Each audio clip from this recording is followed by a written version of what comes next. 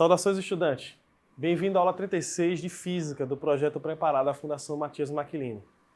Vamos praticar um pouco o que a gente aprendeu sobre ondas? Vamos lá! Questão 1. Considere as seguintes afirmações. 1. As ondas mecânicas não se propagam no vácuo. 2. As ondas eletromagnéticas se propagam somente no vácuo. 3. A luz se propaga tanto no vácuo como em meios materiais, por isso ela é uma onda eletromecânica. É correto que se afirma em apenas em 1, apenas em 2, 1 e 2, 1 e 3 ou 1, 2 e 3? Pensa um pouquinho, daqui a pouco eu venho com a resposta.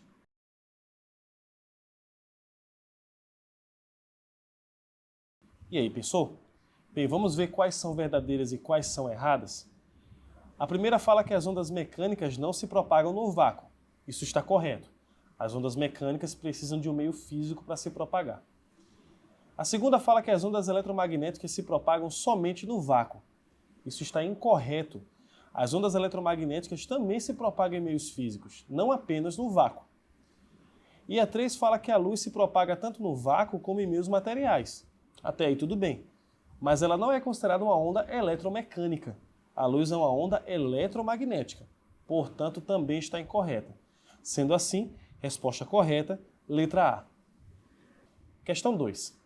Agitando-se a extremidade de uma corda esticada na horizontal, produz-se uma sequência de ondas periódicas, denominada trem de ondas, que se propaga com velocidade constante, como mostra a figura.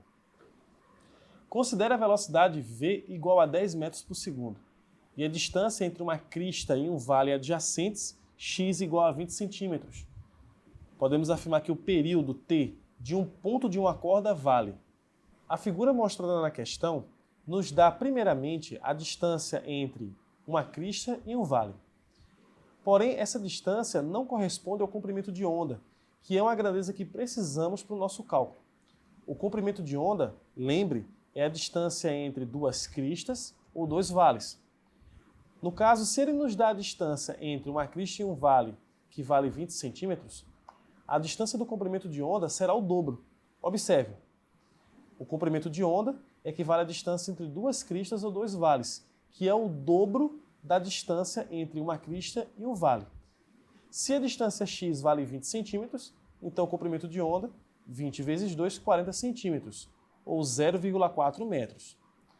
Agora que temos posse dessas informações e da velocidade de propagação, podemos usar isso para calcular primeiro a frequência e depois o período, que é o que a questão está pedindo. A fórmula é a equação fundamental da ondulatória, V igual a lambda vezes F. Trocando os dados, temos V igual a 10, lambda igual a 0,4. Divide por 0,4 ambos os lados e aí nós temos que a frequência vale 25 Hz. A questão pede o período. Período é o inverso da frequência, ou 1 sobre a frequência. Substituindo, temos que o período é 1 sobre 25. Portanto, o período será de 0,04 segundos. Questão 3. A figura representa a forma de uma corda num determinado instante, por onde se propaga uma onda. A velocidade de propagação da onda é de 8 centímetros por segundo. Cada divisão do gráfico é de 1 centímetro. A amplitude, o comprimento de onda e a frequência valem, respectivamente. Bem, pensa um pouco, tenta calcular, daqui a pouco a gente vem com a resposta.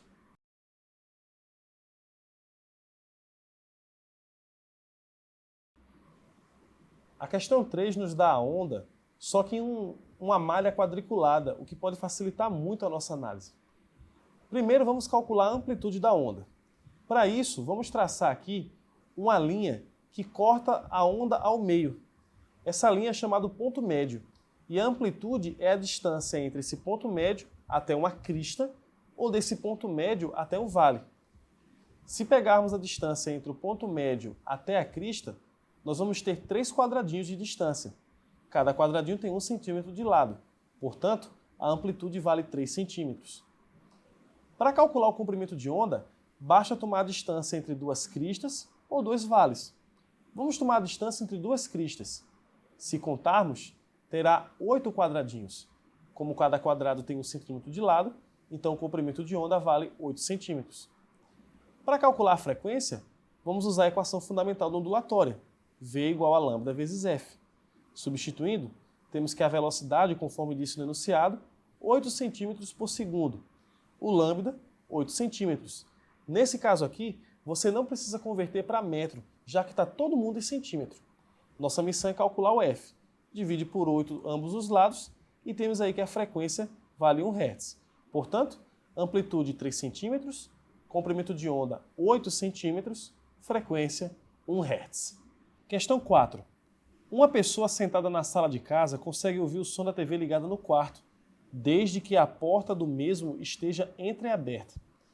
A escuta é possível graças à combinação de dois fenômenos ondulatórios, que são: letra A, interferência e reflexão; letra B, refração e dispersão; letra C, difração e reflexão; letra D, interferência e dispersão; ou letra E, difração e reflexão.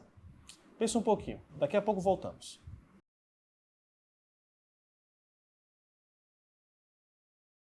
E aí, você pensou? Bem, os dois fenômenos ondulatórios são difração e reflexão. Como isso acontece? Bem, a porta entreaberta do quarto funciona como um obstáculo. Lembra que falamos isso na aula? Quando uma onda encontra um obstáculo, ela consegue contornar ele, formando uma nova frente de onda. No caso, o vão entre a porta e a base da porta, quando ela está entreaberta, funciona como se fosse esse obstáculo. E reflexão porque a casa obviamente tem paredes e assim o som da TV bate na parede e volta, formando assim a propagação até chegar nos ouvidos da pessoa no outro cômodo. Portanto, resposta correta, letra C. Questão 5. A figura ilustra a composição de uma onda sonora S em vários harmônicos. Dependendo das frequências de H1 e H2, um determinado som fundamental pode ser percebido de diferentes formas. A qualidade fisiológica associada a esse fato é: letra A, altura; letra B, intensidade; letra C, timbre; letra D, amplitude; ou letra E, frequência. Pensa e daqui a pouco a gente volta.